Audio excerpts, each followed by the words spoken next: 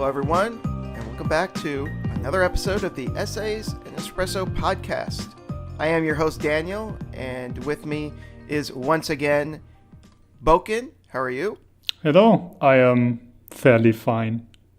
Only fairly, okay. Fairly. And Acer, what's up? Hey. Temporary host Acer. Sometimes host Acer. I was gonna ask, how was hosting last time? Did you have fun, sweetie? I think you'll find I was the best host this podcast has ever had. I think that's relative. I think you were relative. So anyways, it's been a while since I was on this podcast. I wasn't able to be on last time for reasons, but I'm back, and I'm here to serenade you all with my dulcet tones. But first, what have you guys been up to? Boken, you've been playing Telling Lies. You know, can I just say, I because you always start with me, because I'm always on top of the docket list, I deleted my name and put it on the end of the list. So you wouldn't start with me. You motherfucker. Why? Oh, that's great. I didn't know that. Well, fuck you. How's Telling Lies? Telling lies. Oh, Daniel, you bad host. What's the essay question we're going to talk about? Oh yeah, you bad host. Oh! Damn, yes. that stings. Okay, so we're going to be talking about how we define horror. So we're going to mostly be talking about it from a video game perspective, although knowing us, we're probably going to segue into how it relates to, like, Acer's butthole or something. Yeah, give us 3 minutes and it's about neo-Nazis again. Yeah. You guys will never hear that. You guys will never hear that. Acer will suddenly start saying, "Did you guys know that Silent Hill 3 is actually an allegory for neo-Nazism?" I don't know about that. You're not fully denying it. No, I'm just thinking. I'm going over everything. I don't think there's a lot of connections. You're having that moment where, like, those characters have all the equations. You know, you're like, wait a minute. Holy hell! I just cracked the video. Boken, what have you been doing? So I've been playing a game called Telling Lies, which is from what is his name? Sam Barlow? Yeah, Sam Barlow. Sam Barlow, who also made Her Story. He did Her Story. He also wrote Silent Hill Shattered Memories, which as a Silent Hill game is rather questionable, but like as its own thing, it's pretty interesting. Huh. Yeah, it's like a loose reimagining of sorts of the original game, but like it has almost nothing to do with Silent Hill, has almost nothing to do with the original Silent Hill. It just like shares some names and that's about it. Isn't it like a sort of what if scenario or something? Kind of. Yeah. I think it's better not to even think of it as a Silent Hill game and just look at it as its own thing, because it really is just like not a Silent Hill game at all. But anyways, Telling Lies. I'm actually very interested in this game. How is it? Yeah. So I haven't played Her Story. So this concept that they are doing, which I understand is the same in Her Story or similar, was completely new to me, which is why I really enjoyed this game. I'm not sure how much I would have enjoyed it if I had played Her Story before. Because it's the same setup, right? It's like you have a bunch of video files that you can't access directly, so you have to search for them with tag words. Yes. And then you watch them and you try to figure out what happened, who's lying to you, what's going on. And then I don't know what the actual goal of Her Story is. And in Telling Lies, it's also very ominous and like not really explained what the fuck is even going on. Yeah, I'd say that's similar to Her Story. Her Story is, I think I haven't seen much about Telling Lies, but given what I like, some of the artwork that they use, I guess you could call it artwork, but like the key images that they use, it's with multiple people, while with her story, it's literally just one actress. Oh, there's no other people. There's no other people. Oh, interesting. It's just one actress the entire time. So, okay, let me talk about the premise of Telling Lies then.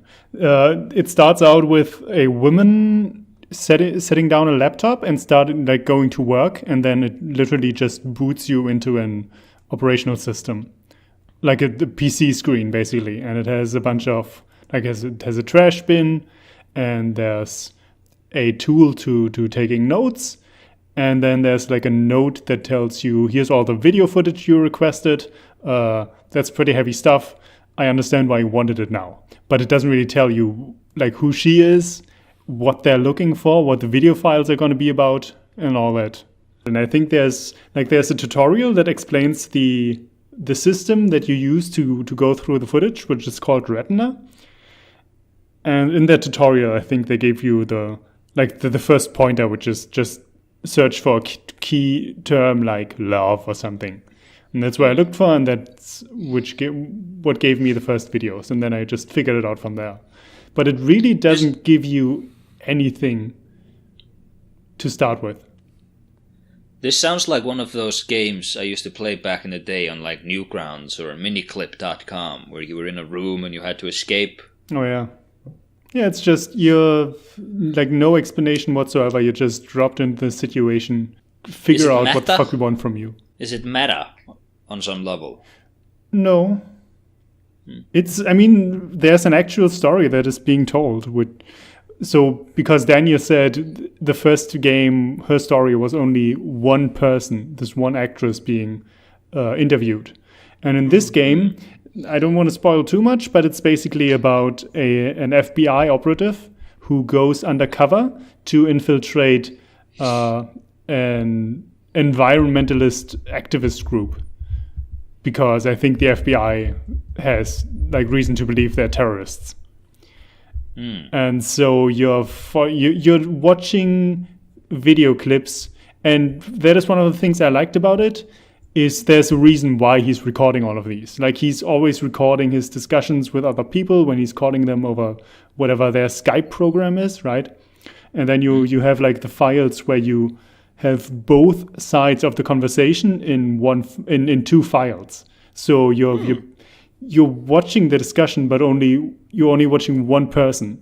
And there's like stretches of silence where he's just listening, and you're trying to figure out what the fuck the other person is saying. Like you're trying to deduce it from how he reacts, what he's saying. And then maybe what he's saying will lead you to another term that you can search for to find the corresponding video of the other person. And okay, so her story never did anything that complicated. It was, like in her story, it was mostly the actress being interviewed by the police. So it was basically just like, all right, you're just watching all these videos, and you're pretty straightforwardly just trying to piece together what's going on, and that's it. Like you didn't have to do anything like what you're describing. So I guess it's good to hear that they're then broadening their scope, this development team. Like they're not just doing the same thing again. No, it sounds like Telling Lies took the foundation of her story and was using it to expand and like try different things, and not just reiterate on the same idea, but like actually introduce new ones. Yeah. Does it have? Really cool. Is it one of those projects which has its own sort of in-universe copycats of our programs? Like it doesn't have Google; it has like Smoogle or something like that. No. Snoogle. You only work with Retina. Oh. Yeah. You mean you talked about like they had their own Skype and all that, so I was just hoping. Yeah, because I wanted to explain what it is, and I didn't know how else to explain it. It's a video call program. Yeah, okay. But you're just watching the videos in the Retina system. Does it have a lot of world building in it? Like, are there allusions made to a bigger world? I mean, it's still the US. It takes place in the USA.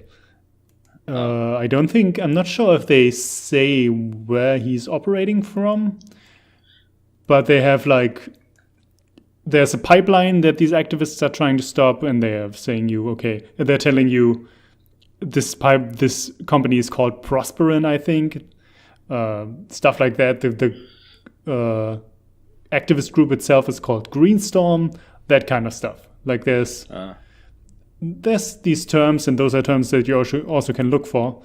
Yeah. But yeah, you understand it's just somewhere in the US. Maybe Daniel knows. Daniel, have you? Are there any protesters regarding oil pipelines in America? Not right now that I know of. I don't think there was any. It was one of this was one of those sort of jokey questions.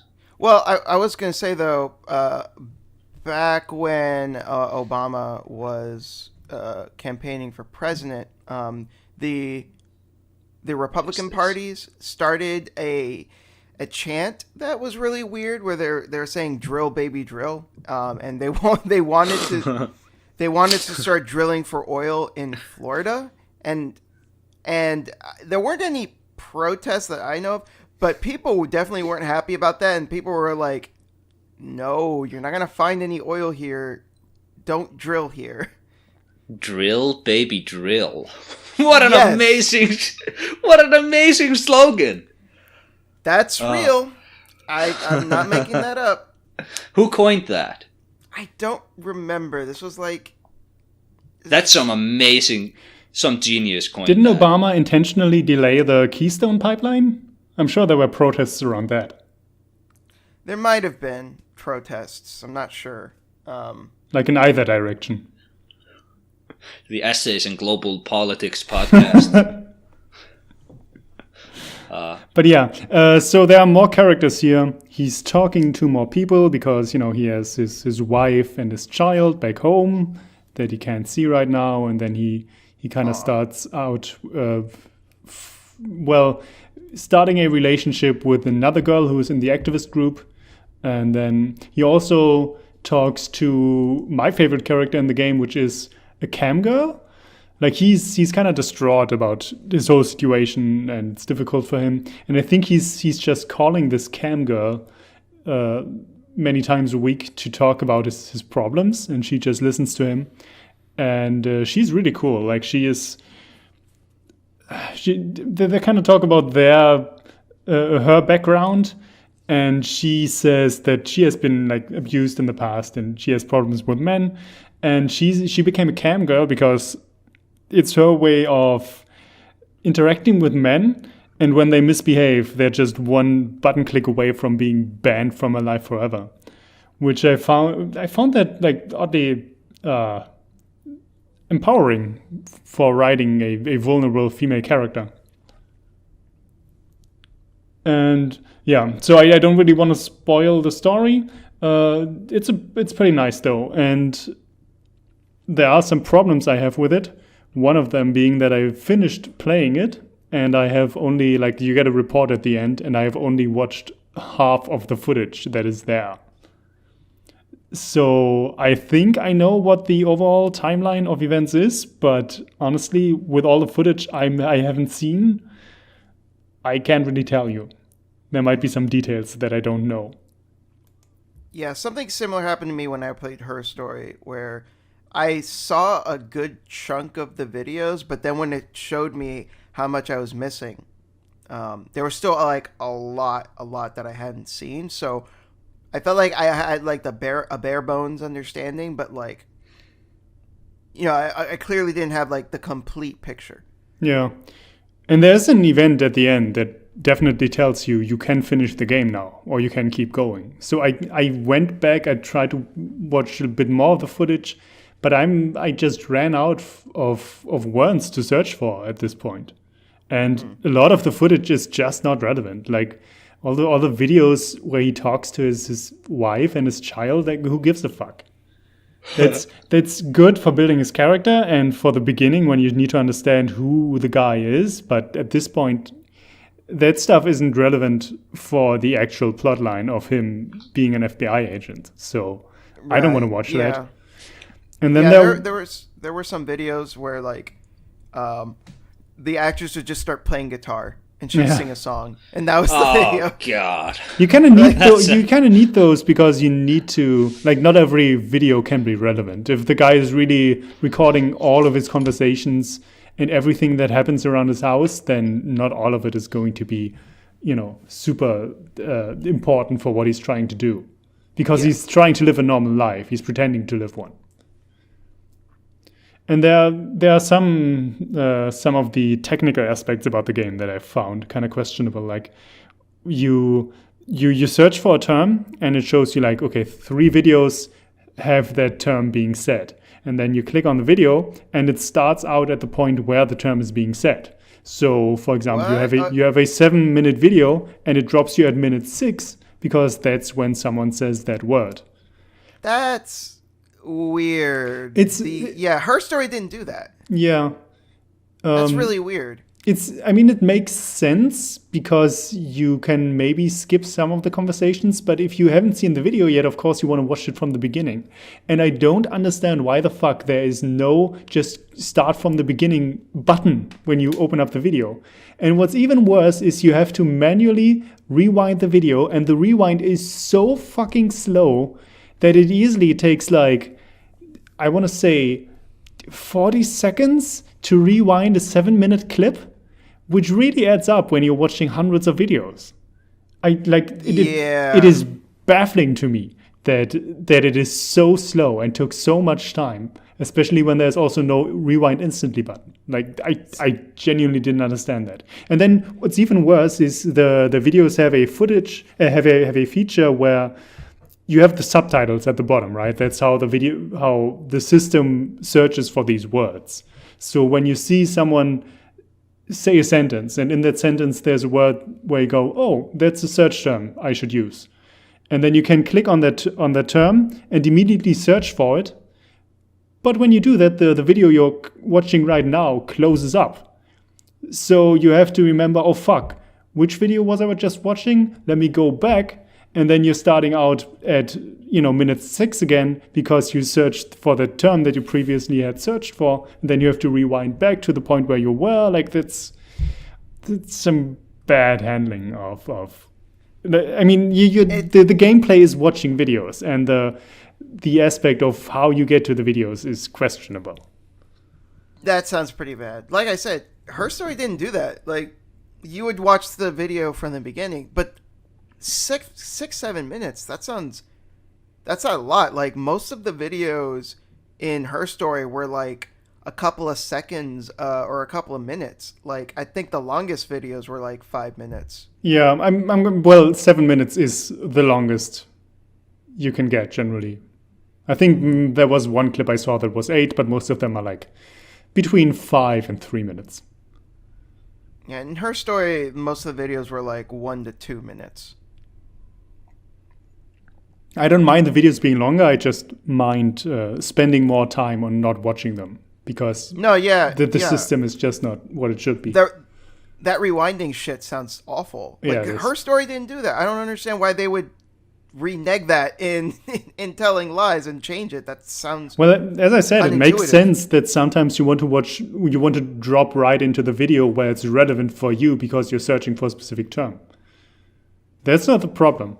The problem is there should be an option to see it from the beginning. Yeah, or just a faster rewind or faster forward. I think there should just be a button that is play from the beginning. Or what if there was like a little, which you have in every video player ever, a little bar where you can go to any point in the video. That too? How every fucking video player beginning? in the world functions. Just drag it to the beginning like in a second. It takes a second.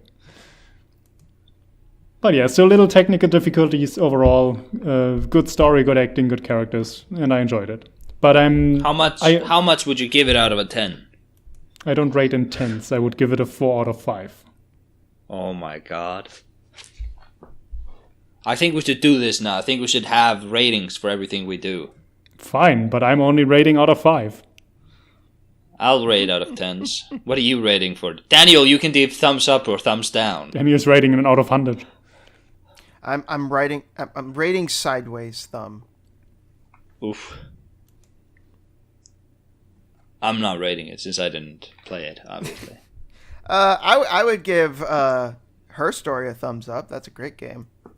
And I like this. I'm hoping, fingers crossed, that Telling Lies patches some of this stuff. I probably won't pick it up until it goes on sale, though. So hopefully by then they do listen and fix some of these problems. It's already at $20. Is it like a 7 out of 10 thumbs up or a 9 out of 10 thumbs up though? For Her Story? Yeah. Okay, it's like an 8 out of 10. Yeah, okay. So it's a good thumbs up. Yeah, like, I'm not going to sit here and tell you that Her Story is like a goddamn masterpiece. You know, it's not like Game of the Generation, but like, it's a really neat game. It's a very cool idea. It's presented well, and it's an interesting story. It's the type of game that you can only get from an auteur. Someone who has a vision and the willingness to experiment in a small scale context. And those are usually my favorite games nowadays. Yes. Yeah, sounds about right. Okay, Acer, you've been Yes. playing some stuff. I've been playing some stuff. I played Nier Automata. I talked about it a bit last time. So basically what happened since, my game broke, and I put the game down, and I'll probably come back to it again next year, or the year after. Yeah, you were saying something weird, like your mission list cleared out or something like that. I don't recall anything like that happening to me. So I was fighting that chick in the castle, or guy in the castle, androgynous robot in the castle, and then they jumped down. I jumped down after them, and then a cutscene happened, I believe, or maybe it didn't happen. I don't remember. Basically, what happened is my sidekick 9S he disappeared. My mission list was empty, and I can't do anything anymore. I'm not like, oh, you can start this here side quest. I'm not gonna go chasing this robot all over the map. That's not fun. So that's like, Did I you would go say back to the base? I went back everywhere. Oh, So basically, I would say that's like a 7 out of 10. Maybe a 6 out of 10 because it broke dude, for Nier Automata. you haven't seen anything of the game yet. Yeah, you haven't seen shit. Like, Yeah, well, you haven't seen like the really good stuff. yeah. It's amazing how much enthusiasm can be sucked out of your experience when the game doesn't even work. I mean, yeah, fair enough. Worked on my system. Are you So, playing like- this on PC or PS4? PS4, baby. Didn't we discuss last time that PS4 was the only way to go? Wasn't that the wasn't point of there. the last episode? Oh, that's right. You weren't there. That was the EU podcast. But no, I'm joking. It's a good game, but broke, and I'm not gonna replay 8 hours just to get to where I was in hopes it would break again. Yeah, did you that look up a sucks. guide? Yeah, I looked up a guide. It just told me the same thing. Go back to the base. Went back to the base. Went back to all the bases. Talked to everybody. Nothing happens. That's very bizarre. I know. It is bizarre. You could look up where you need to go next and just go there. Maybe that's No, triggering it- something. Yeah, but it said that the next place to go is the base. I went Okay. back to all the bases. Have you tried loading a previous save? No, I don't have a previous save. I save over everything. What are you doing? I'm just trying to offer solutions. You shouldn't just have one file, right? What is this? What? How do you play video games? The sensible You way? have to. Oh my god! So you metagame in the middle of your game? What? You know, Silent Hill 3 offers you 20 or 30 or 40 save slots, not so that you have them, but just so that you can play the game 40 different times. You're not supposed to have multiple saves. Which you can do, because the moment you finish the game, you don't need those saves anymore, and you can just override them. I don't know about that. Anyway, Nier Automata is pretty good, I guess. I've also been playing Silent Hill 3 in preparations for the video. And initially when I started doing the video, I was like, oh, holy shit. There's not as much meat to this one as there was the last game. I don't know if this video is going to work. But then I pulled through. I don't know. I would always remembered that one being the best of the franchise, but I don't know. Having replayed it extensively in recent weeks, I just don't know. I think it's like the third best. Silent Hill Daniel. game. Yeah, third best Silent Hill game, that is. Daniel, didn't you say the third one was your favorite? I'd say I like it about as much as I like 2. Okay. I would say that number 1 is the best. Interesting. And then 2, and then 3, and then 4. I think we can all agree that Silent Hill 4 is the lowliest of the Team Silent games.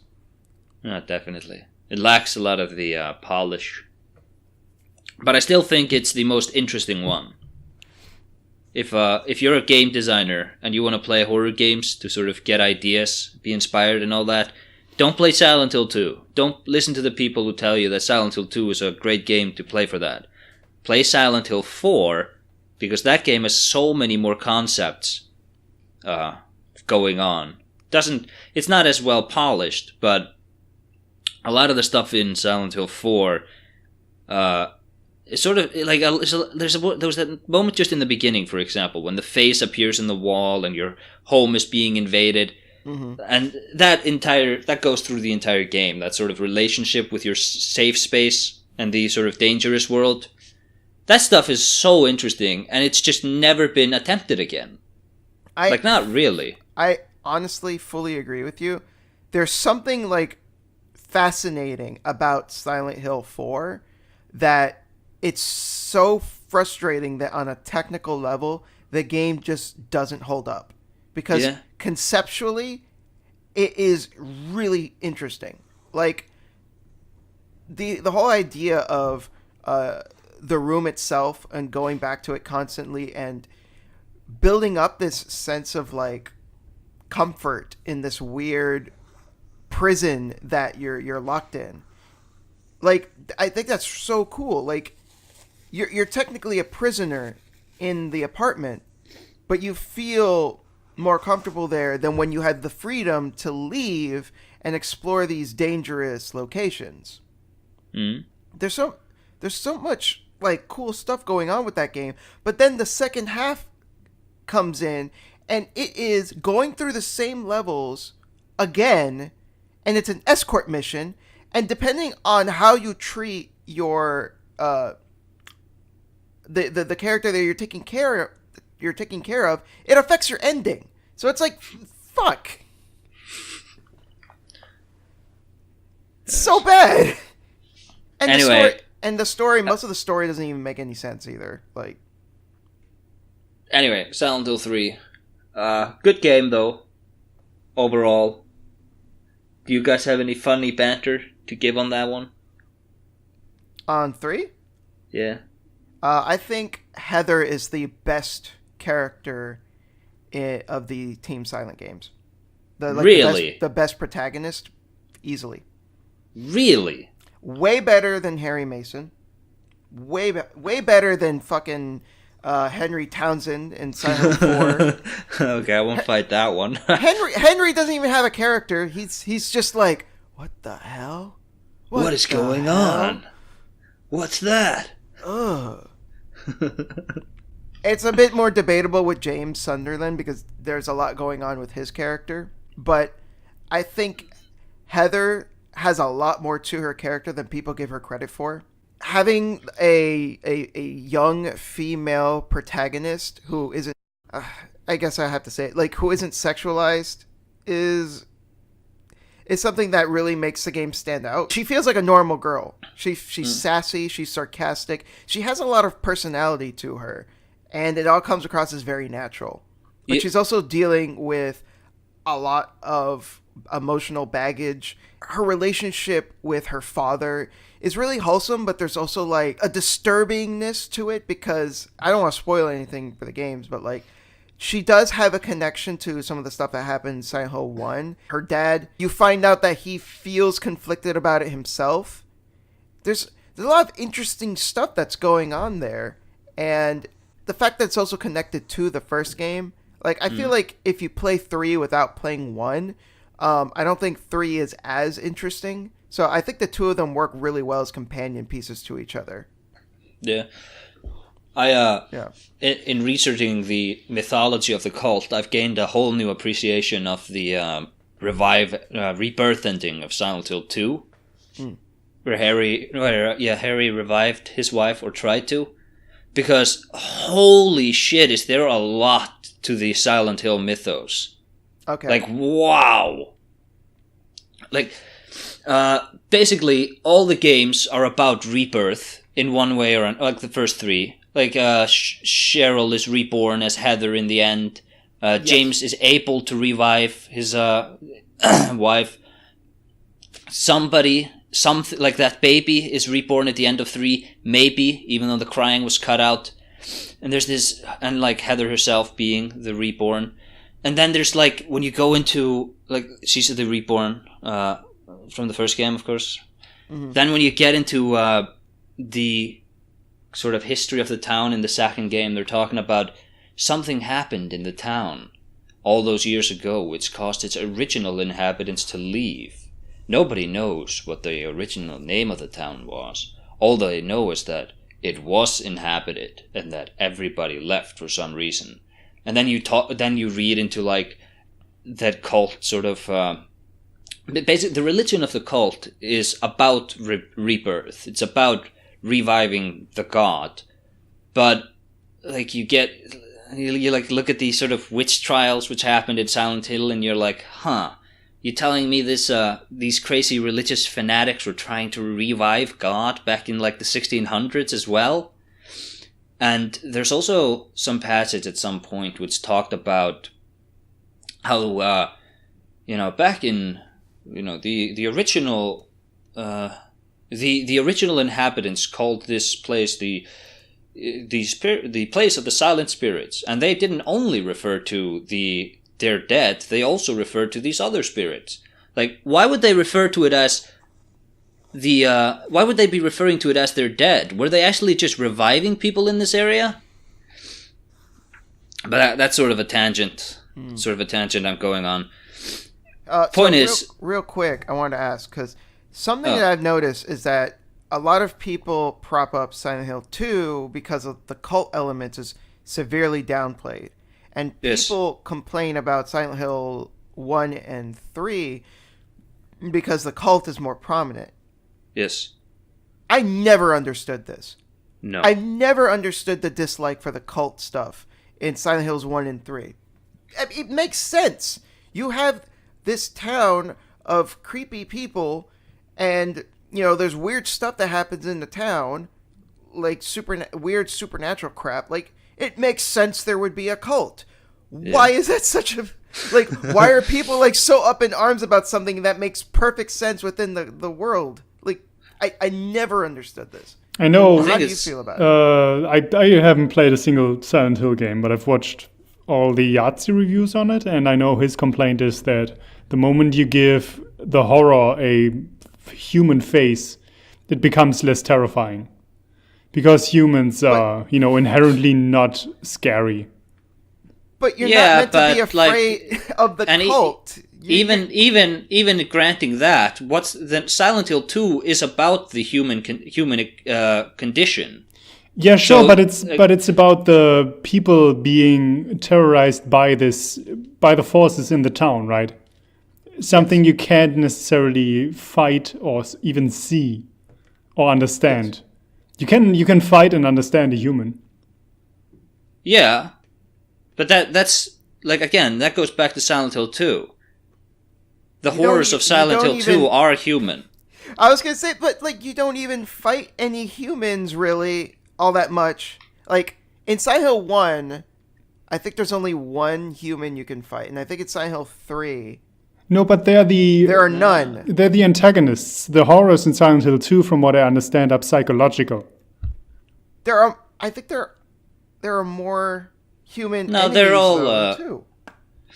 It's not about literally fighting humans. No. It's about the horror being driven and perpetrated by humans instead of a malicious force you can't understand. Okay. I still don't fully agree with that. Well, I'm just trying to explain what he said. Yeah, I don't think. Yeah, I don't buy that. I haven't seen his video, so I can't say. But I don't think I necessarily agree with him. I remember watching that video which Super Eyepatch Wolf made about Silent Hill 3. Yeah, I like Super Eyepatch Wolf, but I was not really a fan of that video of his. No, that's it's kind of like when I watch videos about like Batman and stuff, where I know too much about the subject material. You ever play like a trivia game and they ask like, what's this here thing from this movie? And you're like, well, maybe it says this, but it could also say these here 5 things. Just let me write down all the possible answers before you even give, like, you're too familiar with the subject material for like that question to work. Okay, yeah. Yeah, and he said something to the effect of, well, it's in the Silent Hill 3 video, Super Eyepatch Wolf said something to the effect of, like, you're playing as Heather, who's like the resurrection of 3 different people. It's like, what? No. No, that's not true. No, she's not. And then he's quoting Akira Yamaoka. Yeah, and it's kind of like... that. I remember that. I was like, Akira Yamaoka composes the music. He's not exactly an authority on, like, the writing of the games. Yeah, it's like... Well, whatever. Shouldn't what? Yeah, shouldn't the componist also understand the story so that he knows what he's doing? Not necessarily, but it's not improbable. Yeah, but no, it isn't improbable, but that's not exactly the best source of information. Well, it's also, one guy who worked on the game. Yeah, but it's also Akira Yamaoka. If you look at the interviews, he is not the guy who's like the driving force behind this. He was talking about, in one of the interviews, he said something like, well, we did want to go back to that sort of introspective, psychological horror. But Akira Yamaoka is not the reason that type of horror worked. That worked because of Takayoshi Sato. Mm-hmm. And he didn't even work with Konami at that point. He had been, I think he's with Nintendo right now, but yeah, I think he was working like mobile games. Yeah, I just think it's a weird argument to say the source was just the componist of the game, who you don't know how much he talked to the other people who were the driving force behind the story. No, but I know that he keeps flip-flopping on his opinions, and because I read his interviews, and I know that just by reading his interviews, he doesn't understand why these games work. So him going back and saying that, well, this is what we want to do now, or like this is what we should do, it's like, I don't know. That's a better argument. Because I'm also going based on some stuff that I remember Yamaoka saying, and I remember him getting like basic facts about like Silent Hill wrong. And I'm not trying to like disparage Yamaoka. Like, dude's great, like fantastic composer, and I'm sure he cared a lot about like the Silent Hill games when he was making them. But when it comes to discussing or asking questions about like the nature of the writing and the lore and the world building, blah blah blah, things of that nature, I don't think he's the best person to ask. So we shouldn't take what he says about it as gospel. Yeah. But other than that, I did really like Super Eyepatch Wolf's video on it, because he pointed out a lot of stuff which usually sort of gets buried, like how feminine centered all of the horrors are, like with all the that's one thing I really liked about 3. The problematic pregnancies and all that, all the men in Heather's life. These guys are all sort of weird creeps, like Vincent. He's just like, what the fuck are you? Douglas first comes across like a weird sort of stalker. Her dad is dead. Creepy old man. Yeah. Her dad is dead, so she doesn't really have a solid, man in her life. All the guys, like when she gets into the Brookhaven Hospital, she gets these phone calls and letters from letters from weird men. She gets a phone call from another weird man, and then like it's just I never picked up on that the first time I played, but yeah, that totally makes sense. But I think we should be moving on from the Silent Hill 3. Okay. Unless you had something there you wanted to add. Silent Hill 3 is one of the better games, in my opinion. Super good. Oh, yeah. It's really good. I would say it's a 10 out of 10. Would you give it a thumbs up, Daniel? I think I'd give it 10 thumbs up out of 10. You can't have 10 thumbs up out of 10. You have a thumbs up or a thumbs down. I give it a thumbs up that represents a 10 out of 10. No, you don't. You give it a thumbs up. All right, whatever. Fuck you. You can't have a 10 thumbs out of 10, but you can have a 7 out of 10 thumbs up or a 9 out of 10 thumbs up. No, I was just making fun of his review system. Anyways, so I just beat, like, not yesterday, but like before yesterday, as of recording this, the game Judgment, which is a spin-off of sorts of the Yakuza series, where instead of playing as Kazuma Kiryu, who is the series protagonist, we play as a new character named Yagami, and he is like a disgraced lawyer, so turned detective. 3 years before the game starts, he defends this guy named Okubo, and the charge is that he killed this old man that was suffering from Alzheimer's, and he manages to get a non-guilty verdict, which in Japan is like a really big deal. But the thing is, afterwards, the guy goes and kills his girlfriend, and and then he comes back to Yagami and still pleads innocent. And Yagami after that was just like, you know what? I think I'm done with the whole lawyer thing. So it's like 3 years later, and he becomes a detective. But there's some weird murders that are going around where people are getting their eyes gouged out. And that's how the game starts. Holy shit! The Japanese conviction rate is almost 99%. Yes. That's what why is this? We literally covered all of this two episodes ago. Did what? Yes. Huh. Nothing new has been said in the last 3 minutes. Okay, I'm sorry. Well, it's fine. We got new viewers maybe, but yeah. We already talked about this. Anyways, I beat the game. Holy shit, 99.7% of all cases brought to court resulted in conviction. Yeah, that's why him getting the non-guilty was such a big deal in the beginning of the game, because, yeah, it's super rare. Like, it almost never happens. And it's also why he became disgraced once it turns out that, oh, wait, this guy actually is a murderer. Oh, wait, it should have been 100%. Yeah, I guess. So afterwards, the story takes a lot of twists and turns. There's like a lot of cool reveals. There's things happen in a way that like you may not necessarily expect. Overall, I thought the story was really good. If I was to compare this game to other Yakuza games, because it basically is a Yakuza game, all things considered, I'd say this is like my second favorite behind Yakuza 0, which I think is the best game in the series. The combat is really good.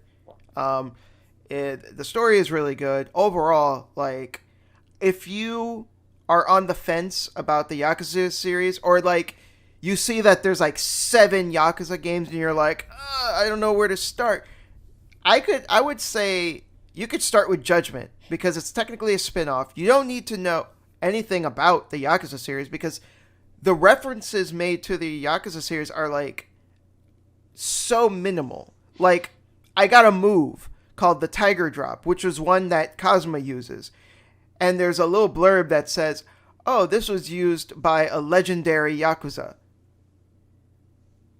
And that's the most overt reference that the game has made to the Yakuza games.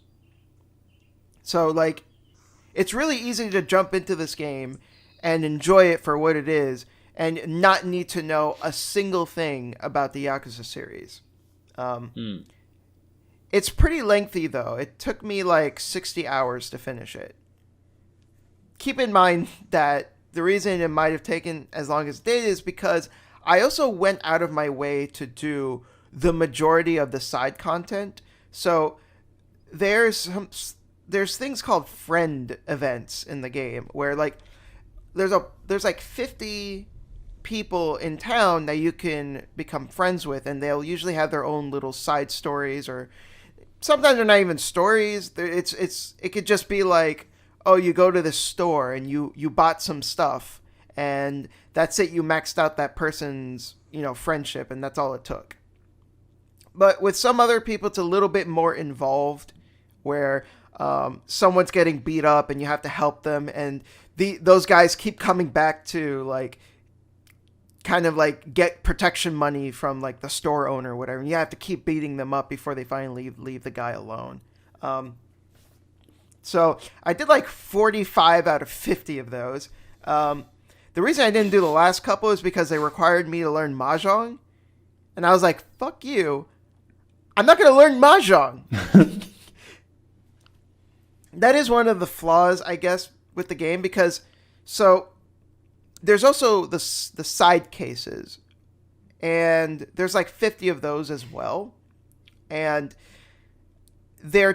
some of them can only be done depending on your reputation. So the more friend events you do, the higher your reputation in the city, and if you don't have a high enough reputation, then you can't take certain cases. So unfortunately, there were a few cases that I weren't able to do because I refused to learn how to play Mahjong, which is super lame.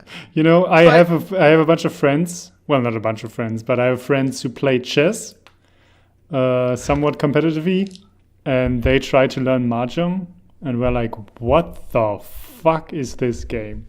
Like, they just started posting random rules in Discord going, what do these words mean? What is any of this? I don't understand. Mahjong. Yeah.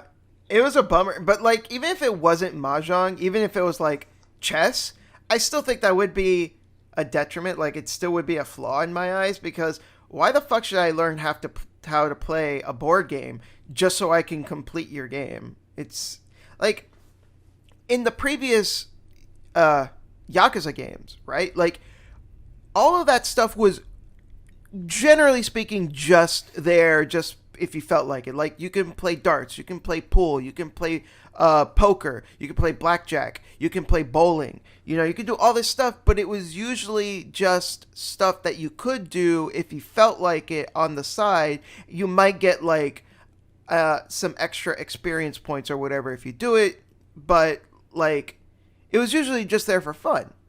But this is one of the only games in the series where like it was tied to like it was like locking content, and I was not really a fan of that. But that's a big reason why the game took me so long. And normally, like, if you're just playing for the story and you just like go through the story, it's not going to take you 60 hours. It's not that long of a game. Apparently, Mahjong is very similar to Rummy. I don't know what that is. It's a card game. You're trying to, and you're trying to get cards down? Pairs or like multiple cards of the same thing. I don't know. That's a game my fucking grandmother plays. Yeah. Every year my family has a competition where we play that. It's like my extended family. It's a weird tradition. We rent out a sort of a hall where people usually have dinners. We just rent that out for an evening, play this game, and the person that gets the most points of the men wins one award, and the highest point by the girls wins the award. And last time I played, I don't play anymore, but last time I played, I came in late, so they gave me a girl card because all the guy cards were taken. And I had the most points of any girl, so I stole that award, which is why I don't play anymore. Yeah, Judgment's really good. I give it a thumbs up. I strongly recommend it. If you're in the mood for a fun action RPG with like a really good story, I'd say give it a shot. It's definitely the best of the Dragon Engine games because after Yakuza 0, when they released Yakuza 6, the team developed a new engine, and the combat was stripped back in that game, and I was not really a huge fan of that. But with Judgment, the combat is so much better. They added a new fighting style that makes a big difference. So you can switch between the crane style, which is good for groups, or you can use the tiger style, which is good for one-on-one fights. And that alone just makes like a big difference in adding more variety to combat.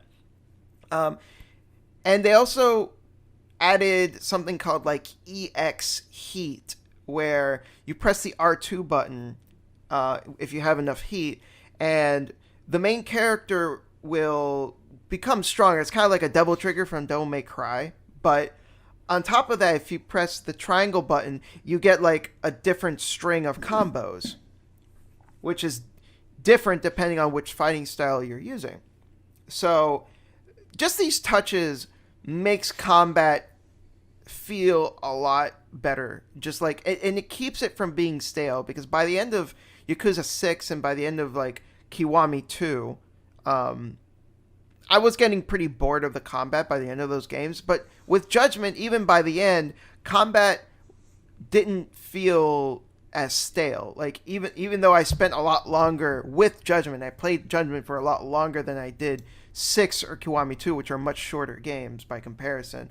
I still wasn't like, oh man, I'm starting to get really tired of this combat. I was like, yeah, whatever, I'll freaking kick dudes in the face. So yeah, Judgment, go get it. If you've never played Yakuza, great place to start next to Yakuza 0. I need to play Yakuza 0 someday. You really should. It's pretty excellent. Muy excelente, as the Spanish say. Sure. So I've also been playing some 5th generation games. I'm going to kind of roll them all into one. So I played Ape Escape, Mystical Ninja starring Goemon, and Alundra 2. And the reason was because these were all games that I played growing up, but I never beat them. And I felt really, I don't know, like a sense of anxiety for the fact that like I got really far in all 3 of these games, but I never finished them. So recently I decided to pick them up, and I was like, let's do it. Let's beat these games. So I finished Ape Escape. I finished Mystical Ninja starring Goemon, and I had a really good time with them. I think those games actually hold up. Obviously there's still like, janky PS1 N64 games. The camera in Goemon was a problem. But like that aside, they were still pretty good. Like I was actually surprised like by how fun they still were. But then we come to Alundra 2. Now, Alundra 1, I've never played, but based on what I heard, like, that is, like, by far the better game, and I wouldn't doubt it. Again, I'm only really playing these games out of nostalgia, and but at the same time, I would still say that, like, Ape Escape and Goemon still hold up. Like, I would say, like, if you want to go back and play those games, like, you'd still have a good time. Alundra 2, on the other hand, if I had no nostalgia for that game, I would have dropped that shit like ages ago. But I was like, you know what, let's get to the end, let's finish this game. The biggest problem with Alundra 2 is the sloppy yet stiff controls, where like the character can only move in like 8 directions, and like the jumping feels very imprecise. Alundra 2 is like a Zelda clone, by the way, with jumping, with like these timing based platforming challenges, which aren't too bad for most of the game, to be fair. Like most of most of Alundra 2 was fine. But the final 2 dungeons made me want to kill myself. Especially the penultimate dungeon. Because that one had like the most annoying, just like, jump here, drop this thing there on this switch, and then you have 10 seconds to run back and then jump on this other switch to open this door. Just like shit like that. Just oh my god. It was. And what really sucks is that some of the puzzles themselves conceptually are actually very clever. They're actually like on their own good puzzles that don't work because of what the game is asking you to do with these controls. Like, if the controls were better, this would be like a genuinely good game. That's the biggest problem. You just have to wrestle with these controls for the majority of the game. But what really killed Alundra 2 for me was, and now that I think about it, I think this is probably why I wasn't able to beat the game as a kid, because I thought I wasn't able to beat the game because I couldn't beat the final boss. But I beat the final boss pretty easily. No, the reason why I wasn't able to beat the game, and I still wasn't able to beat the game, is because after you beat the final boss, there's an escape sequence. And during this escape sequence, you have to hit these switches that moves a floor. And when the floor moves around, there are doors that lead out to either a bridge or just lets you drop down to the exit, supposedly. Tried every single possible combination I could. I couldn't leave. And then I died because time ran out. So my options were this. I could look up a guide or something and see exactly what I was supposed to do and fight the final boss again, or say fuck that and look up the ending online. So I said fuck that and looked up the ending online because I was like, I am not going to suffer through another like 3-phase boss fight just so I can complete this stupid endings like escape sequence just so I can see a crappy ending. Like, fuck that shit.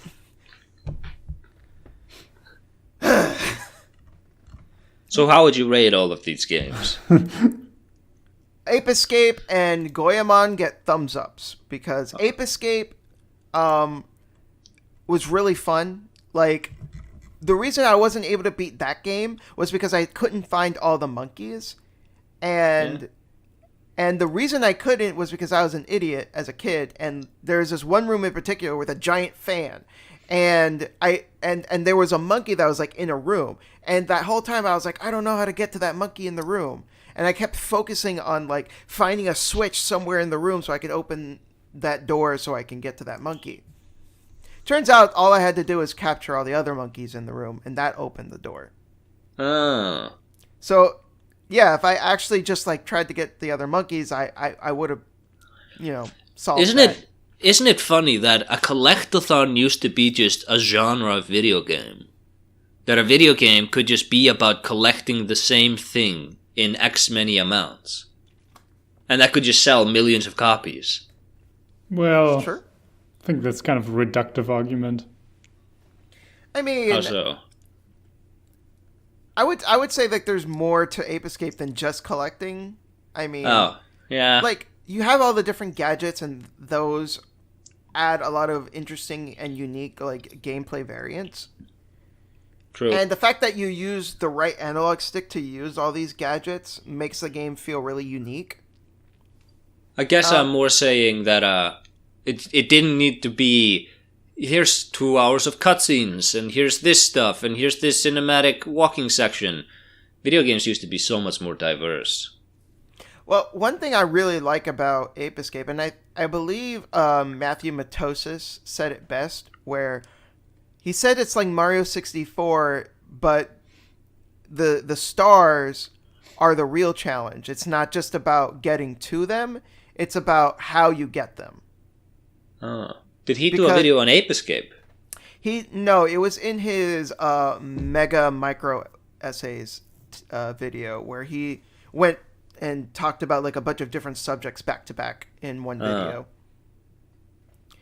And I fully agree with him. Like, part of the fun of Ape Escape isn't just that you found the monkey, but like now you have to catch the monkey, and the monkeys are all different, and they have different personalities, and they have different properties. So like, one of them might just be lazy, and it's really easy to catch. But then you have another monkey that's gonna throw like missiles at you, or shoot like machine gun, and just all this crazy stuff. So catching all the monkeys is like really fun, and it's always consistently engaging because of that.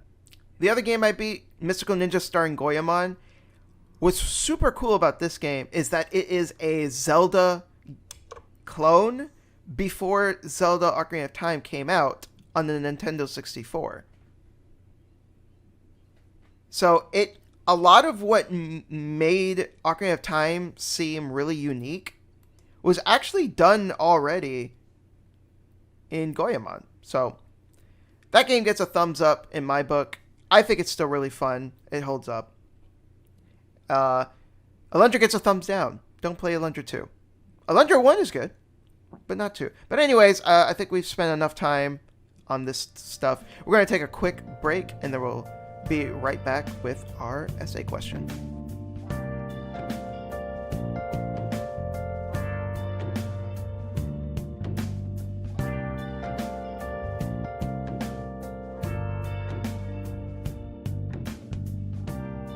Hello everyone and welcome back. It's time to brew our espresso and assemble our essays. We are here to talk about how to define the horror genre. So, since Acer's been playing Silent Hill 3 recently, I'm going to let you lead off. What? Yeah, go for it. I wasn't notified about this. Okay, so the first time, the original pitch for this was that you wanted to talk about whether horror was really a video game genre. And I guess I nixed that because I was worried that we're going to get into one of our classic disagreements about genre classifications, of which I believe I have always come out on top, right? Oh, sure. Whatever lets you go to sleep at night. I'll have you know that I believe I am absolutely correct. I thought you were going to say, I'll have you know, I sleep like a baby. Oh yeah, well, I'm an aging man, so no, I don't. So there's always a new ache somewhere when I wake up. I always have to pee now in the middle of the night. It's horrible. TMI, motherfucker, please. TMI? What? Too much information. Oh. Yeah, how dare you tell us that you go peeing? Yes, how dare I? This is shocking news to me. Like, just I don't need to hear this shit. Just a couple of years ago, I was a happy teenager. I woke up with a massive erection every day, but now... but now I can't get it up anymore. And what's the deal with airline peanuts? No, but is this like the existential horror of becoming an adult? That your boners are now just like replaced with pee? It's not even an adult. It's like being a 70-year-old man. But I drink like 2 liters of water before I go to sleep, so maybe that's something to do with it. Maybe. Yeah. Maybe. I also keep drinking like 2 full cans of tea every evening, but I can't stop. How did we get to this? Bring it back. We're talking about horror, so don't worry, Daniel. I'll bring it back. But first, yeah, how 2 cans of tea? Yeah. What the? That's a lot. Doesn't that keep you awake though? Like I know it has little caffeine in it, but that's what still do you some. mean? Huh? Caffeine. No, not every tea has caffeine. Caffeine. Coffee? Caffeine? Whatever. Every tea has caffeine in it. Anyway, we decided... No, what are you talking about? Like, if I'm getting fruit blend tea, that's not that. Why would that keep me up? Yeah, Daniel. Anyway. I guess it wouldn't. So, defining horror, I guess, in a video game context. What a segue. Jesus. I'm doing this. Hold on. So, horror is when you're scared, right? No. Horror media is usually... It's usually media which is intended to frighten or, like, startle readers or players, I guess. I'm just reading the Wikipedia here. By inducing feelings of horror and terror. Which is intended to frighten, scare, disgust, or startle the player by inducing feelings of horror and terror. Before we get to classifying it, which I guess is, like, do we need to classify it? It's pretty well known. Why did you want to make the argument that it wasn't a real video game genre? Daniel. So, in my opinion, when we're Take note, listeners. I'm about to destroy this man with facts and logic. Go ahead, Daniel. All right, Ben Shapiro. So, in my opinion, when we're talking about video game genres specifically, it pertains to gameplay. Okay.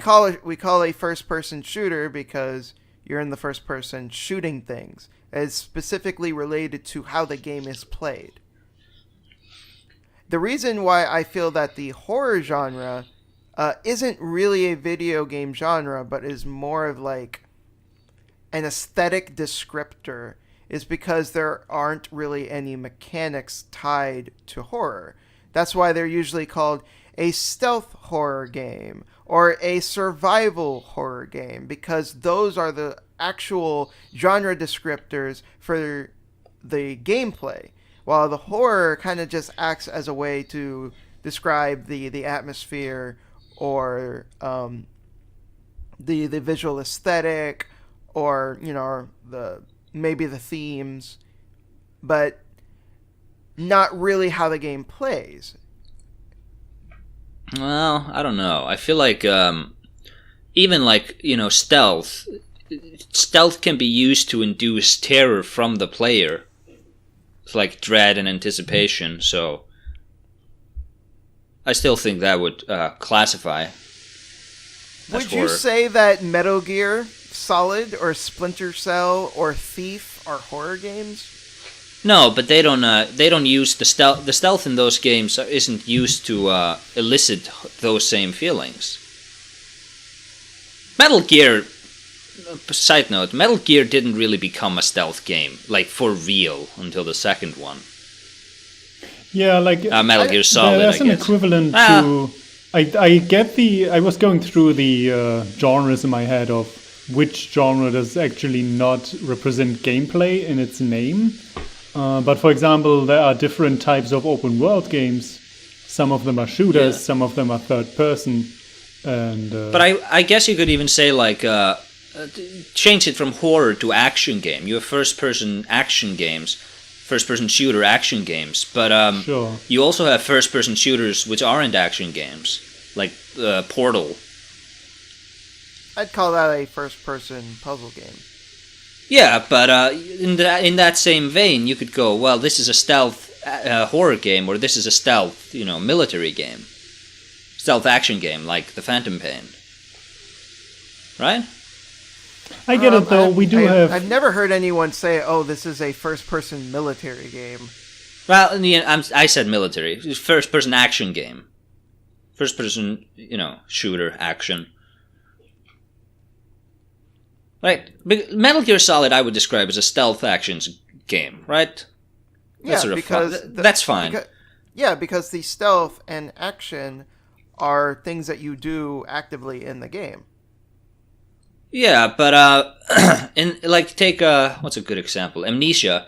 Amnesia has systems which induce player behavior, like make them, move slowly and peek around corners, and this whole they build up a lot of the anticipations themselves, and that is accomplished with the stealth system.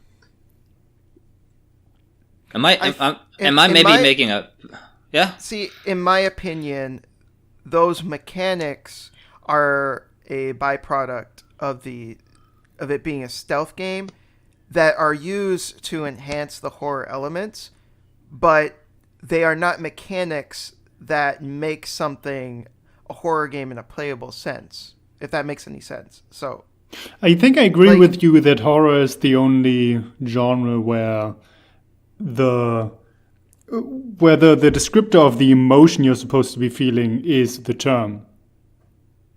Yeah, horror isn't the terror is the feeling. Horror is the feeling after the terror. What? Okay. What the fuck is the difference between terror and horror? Please define.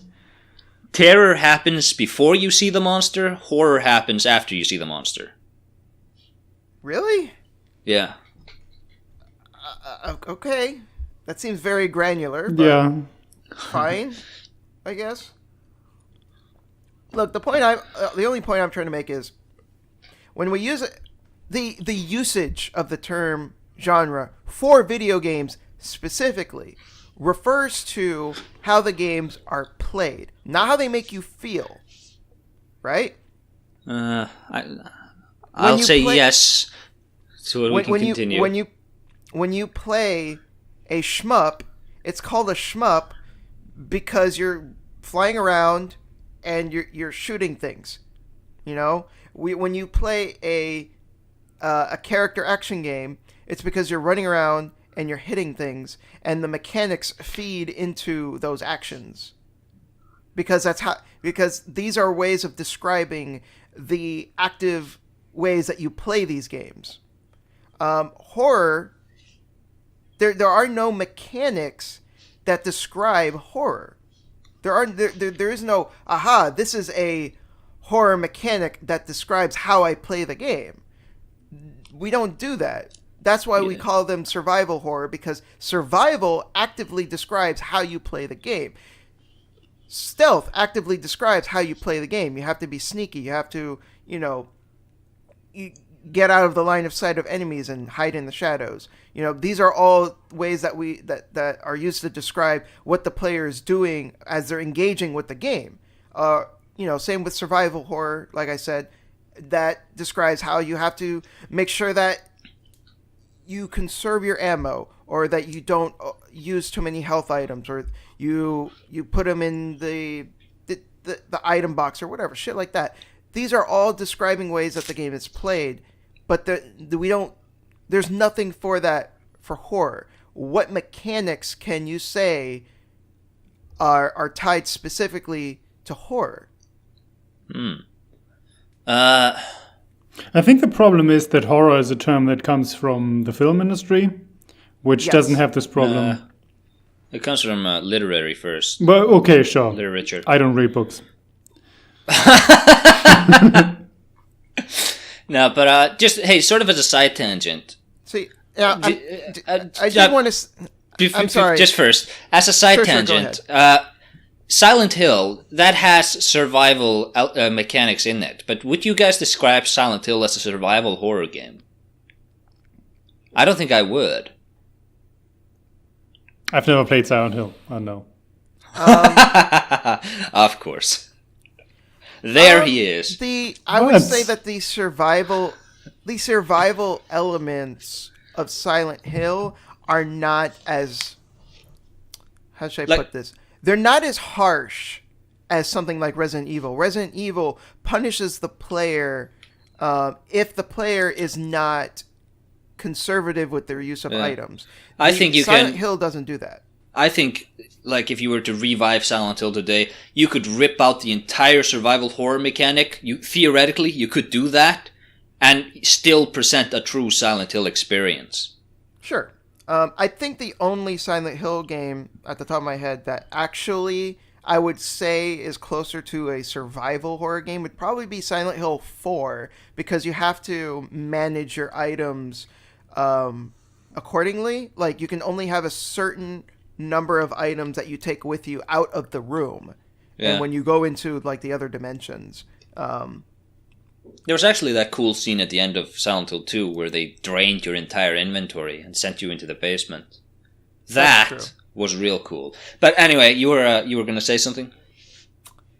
Yeah, so I do want to make the distinction, like, before anyone takes what I say out of context. Like, I'm not saying the horror genre doesn't exist or that you can't say that a game is a horror game, but that I'm specifically saying you can't say that horror is a video game genre, because video game genres, again, describe how a game is played. But at the same time, it's totally fair to say something like Astral Chain is a science fiction action game, but you wouldn't say that the science fiction descriptor is a video game genre. You get what I'm saying? Yeah. This is actually the argument you and I have had. Well, the disagreement we've had. So you want to classify games as how you play them, right? Yes. Yeah, I have always said that I would like games to be classified as what they contain. Like, why do you play them more than how do you play them? So, like, you don't classify literature. Maybe you do, but, like, Stephen King is not a third person, this sentence structure-esque writer. No, he's a horror writer. Like, you don't classify movies by the cinematography they use. You classify them, but like, no, this is a drama, this is a horror horror movie, and I think that those classifications should go for video games too. Where Devil May Cry, it's just an action game. Why do you play it? Because of the action. You don't need any third person character action. You don't need all that extra backlog. Dark Souls doesn't need to be a role-playing game. It's just a dark fantasy game. I don't really agree But wait, that makes no sense. It's just a dark fantasy game. You're not playing it for the dark fantasy. Why not? I play it for the dark fantasy. Because you're playing it for the challenge and the character building, the atmosphere, whatever. Maybe I don't agree with this because I don't agree with this at all. Because the way that we consume films or music or books or film is entirely different. Did you say film twice? Did I? Whatever. Who cares? Shut up. The way that we consume those other media is entirely different compared to how we consume video games, because the interactivity of video games separates them distinctly. Okay? Like, when I'm playing Devil May Cry, the way that I am experiencing that is, like, wildly different compared to when I'm reading a book. Like, yeah, but reading a book is wildly different from watching a movie or listening to a song. Sure, but that interactivity with games, I think, calls for a different category of descriptors. Maybe. Actually, music is also sort of classified as how it's presented more than what it presents, right? I don't know. Music genres can get really tricky. Yeah. I would say. Some music genres are about content. Like, for example, battle rap is like rap, but it's about the lyrics. And then you have... I remember you. Then you have, like, metal, and you have progressive metal, which is a structure argument. And then you have folk metal, which is more... Or pirate metal, which is more a, certain elements plus lyrics argument. Could you show us an example of that German rap you were talking about last episode? Yeah, sure. You won't understand anything.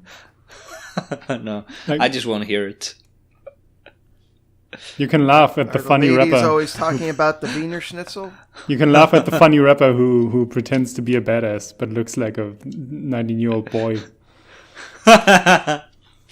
I remember seeing, what was it, Tom Hanks' kid or some shithead was like, oh yeah, I'm a fucking badass gangster motherfucker. I was like, you're a fucking sheltered little bitch. But yeah, anyway, that's our classic disagreement on genre classifications. Revisit it. I feel like I won that one, even though I agreed with you. Didn't say shit. See, Daniel, I agree with you, I think. But also, really, if we look at it pragmatically, who gives a fuck? The horror genre as a descriptor seems to work for most people.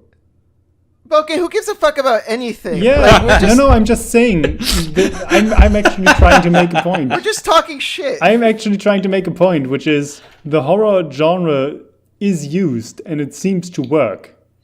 Yeah, you don't need to call Amnesia like, oh, it's a stealth game with this here. Like, horror is a really good way to describe that game.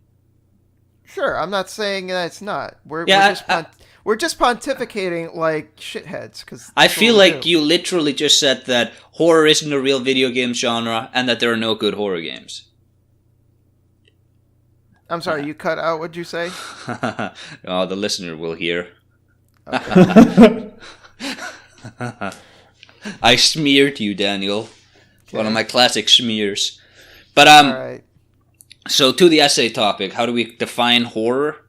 Well, classically, it's the feeling of revulsion that follows the revelation, I guess, of terror-inducing phenomena, like the girl is in the apartment and she's she's walking in the darkness, and that's terror, and then she sees the evil clown, and that's the horror, that sort of startling realization, and subsequent chase, I suppose. What do you mean when you ask how would we define horror? Are you talking more in video game context, or? Yeah, when I was thinking about it, I was thinking in terms of video games. Yeah, I guess it's just that because I feel like in video games, horror is more of an aesthetic than an actual genre. Yeah, I feel like that. No, I get what you're saying. I wish it wasn't exactly true, but I think it definitely is used that way. Whether I would want it to be used that way or not. But the problem is that a lot of horror games. I mean, you have the typical thing of there's an important game that influences everything that comes after it. So games start copying other ideas that previous horror games used. So you kind of get an idea of what is going to be in a horror game. Yeah, it's kind of like when Souls-like, I should say. Like, Souls-like surely cannot be a real genre. But it is. Kind it is. of. So, horror is that, it's the utility of gameplay, I suppose. It's a way to utilize gameplay, right? So so if I'm to understand what you're saying, for you, horror is mechanics that serve the purpose of distilling horror in the player. Doesn't have to be mechanics. Yes. Horror can be psychological. It doesn't have to be mechanics. It can be level design. It can be level design. It can be anything. Okay. The general game philosophy behind the game is to distill horror, and that is what makes it a horror game. Terror or horror, yes. Okay, I think that's fair. Yeah. I don't know if I fully agree, but I get that. That makes sense to me. How would you define it? Primarily, I think it's an aesthetic. Okay. And I feel like that has like a negative connotation, and I don't even mean it as a bad thing. Fucking Silent Hill is like one of my favorite series of all time, and I love the way that those games tell their stories. I love the way those games look. I love their atmosphere. Again, it's not meant to be taken as like a bad thing. Nah. What about you, Boken? What about me? What? What is your takeaway from all this? I agree with you. It's an interesting argument. I think it works the way it does, and I think genres are kind of a.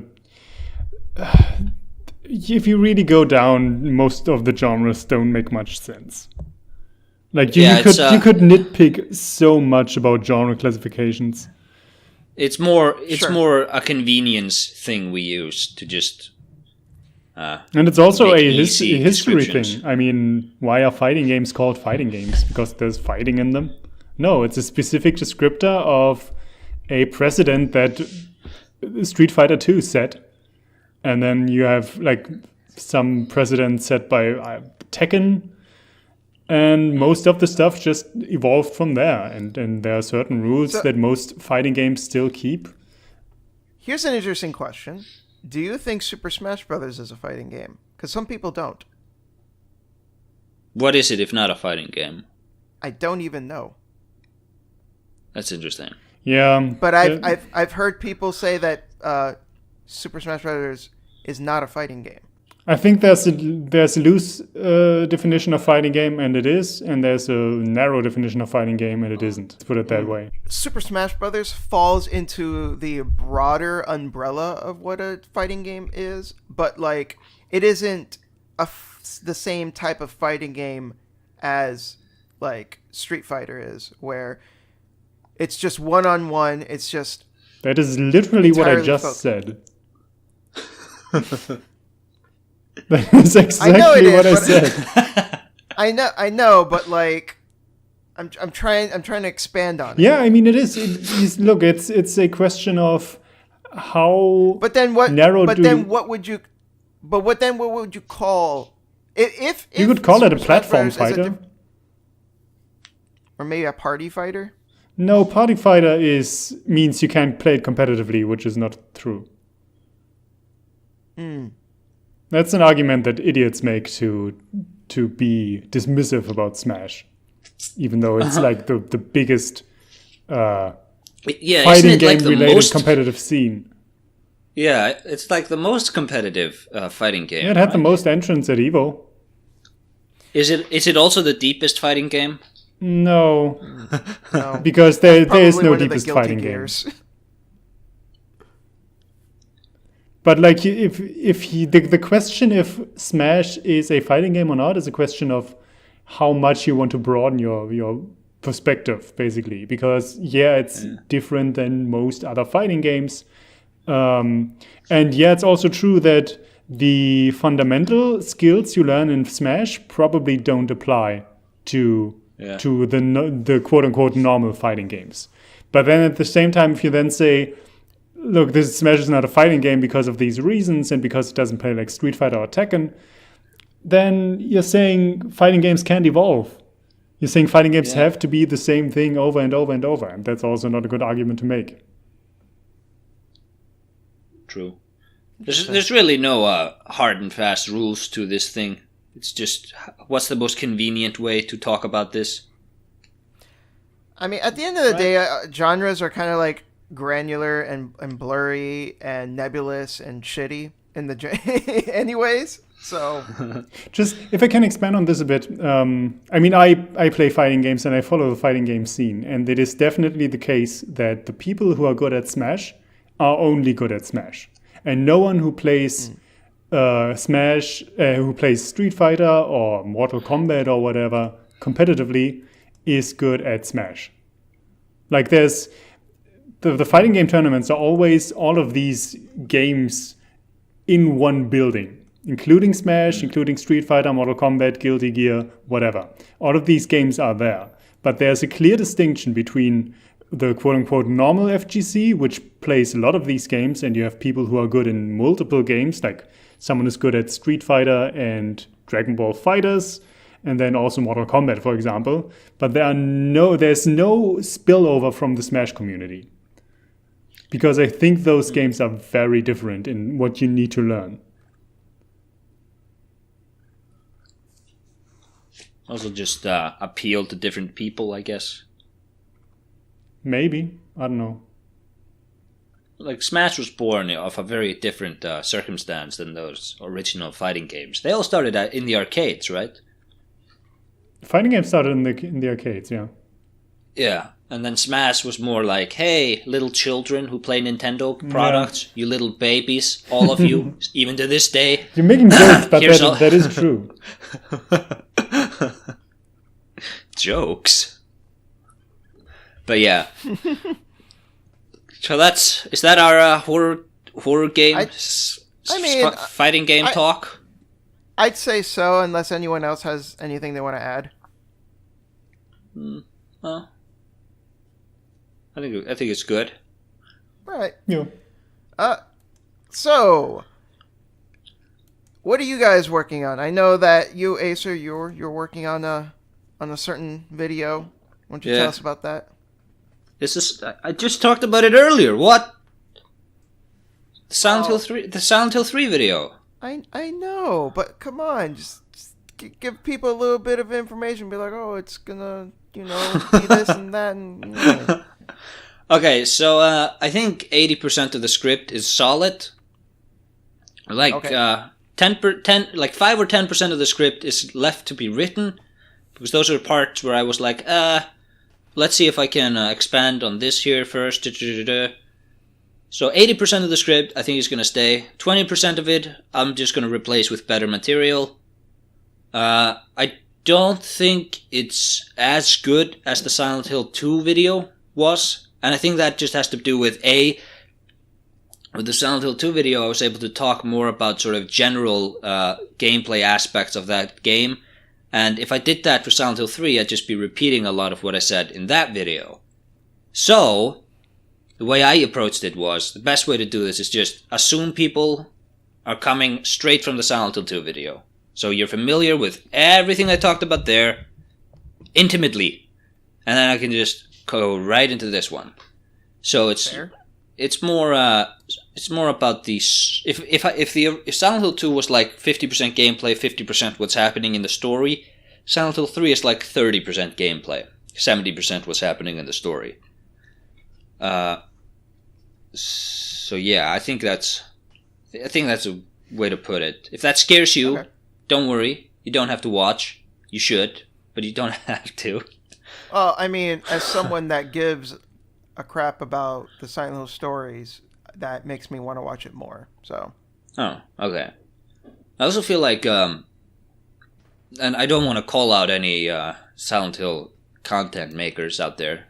Definitely not. But I don't think anyone has really made a video on the religion of the games like that I really enjoyed, which was like really comprehensive and really delved into like why is the god of their universe called the Lord of Serpents and Reeds? Like, why is it significant in terms of the mythology that is what was offered to the sun? So I'll try to get into some of that. Okay. So yeah, that's what I've been doing. All right. What about you, Boken? Yeah, I'm still where I was last time, which is the script is done. I need to record, which I haven't done yet. And maybe because there have been a bunch of SNES games added to the Switch now, including Kirby's Dream Course, whatever. Kirby's Dream Course. No, not Curse. What the fuck? How do I pronounce this? Course. Kirby's Dream Course, which I always wanted to make a video on. So I might be doing that. But right now, I'm going to get the current video done eventually, but I'm mostly occupied with becoming a good Street Fighter player. Okay. Street Fighter is like your Yu-Gi-Oh! Yeah, except Street Fighter isn't embarrassing. Very true. Damn. Very true. And you're saying Yu-Gi-Oh! Isn't? No, it is. I'm agreeing with him. Yeah, he said very true. Why do you think I'll never reveal my face? Oh, I see. I have a giant Yu-Gi-Oh! Tattoo. Oh. No. Okay. But yeah, I'm really spending a lot of time on Street Fighter, and I just can't talk about it on the podcast or on a video, but it's so much fun. It's also frustrating, but it's so much fun. I remember we challenged you to make a video about your journey from noob to master Yeah, I of the could, game. but I need to visit more tournaments for that. Yeah, the tournament probably. experience is important. You should make a video on the tournament experience. I hear it's very important. What about you, Daniel? So, yes. So I just recently uploaded my video Paratopic and the Art of Unease, which was initially my contribution to the micro essays mixtape that was uploaded onto Zach Fraser's channel. But aside from that, I am near the end of my school days script, so I only have the final episode to write about, and then it's just a matter of recording the video. So that should be good. Right now the script is sitting at a whopping 19 pages. Okay. And the final episode is gonna get its own section. So like the script is separated into 3 parts. Like the first part is talking about the first half of the show, the second part is talking about the second half of the show, and part 3 is literally episode 12. So I have about like 2 pages worth of notes dedicated to episode 12 alone. So we'll see how that turns out. Does this mean you're almost done watching bad anime? No, because because we still need to watch Monster. No, so we've already agreed that we're gonna watch Elfen Lied. So See, I don't know if we really agreed on that. I think we talked about that. Oh, damn it, Spoken! You traitor! I How can I be a traitor when I was never on your side? Oh snap! Wow. How does that feel? I'll tell you what, Spoken.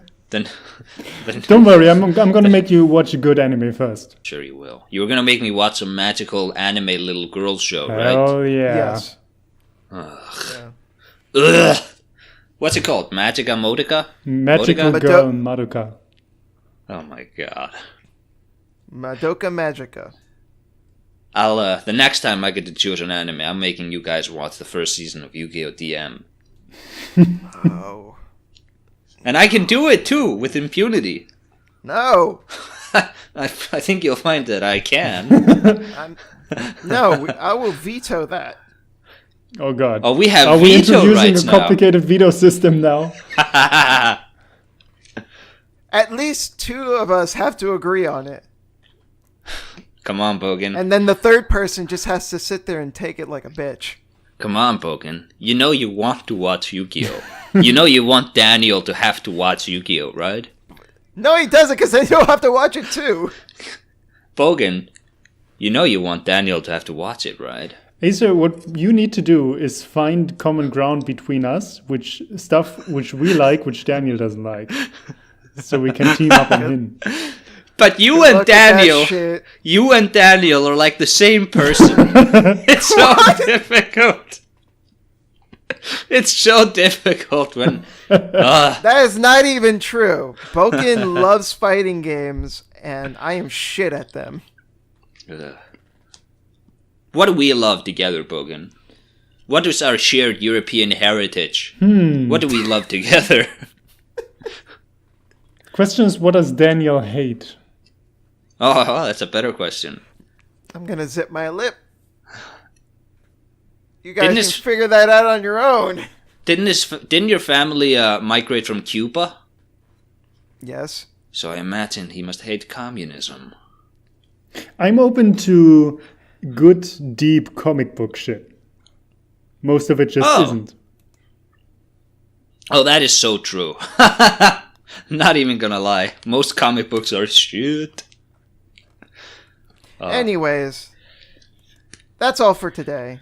I hope you enjoyed. What? I'll make you guys watch the good animated movies on Batman and stuff. I've seen most of them already. Oh. Yeah, I've seen. Have you seen Under the Red Hood? Yeah. Yes, God I have, damn it. actually. That's such a good... I think it's amazing that John DiMaggio never voiced the Joker again. He is so good in that. He really was. Although I thought it was really weird towards the end of that movie where, like, Batman takes, like, Robin's head and, like, smashes it through a sink. I was like, Jesus Christ.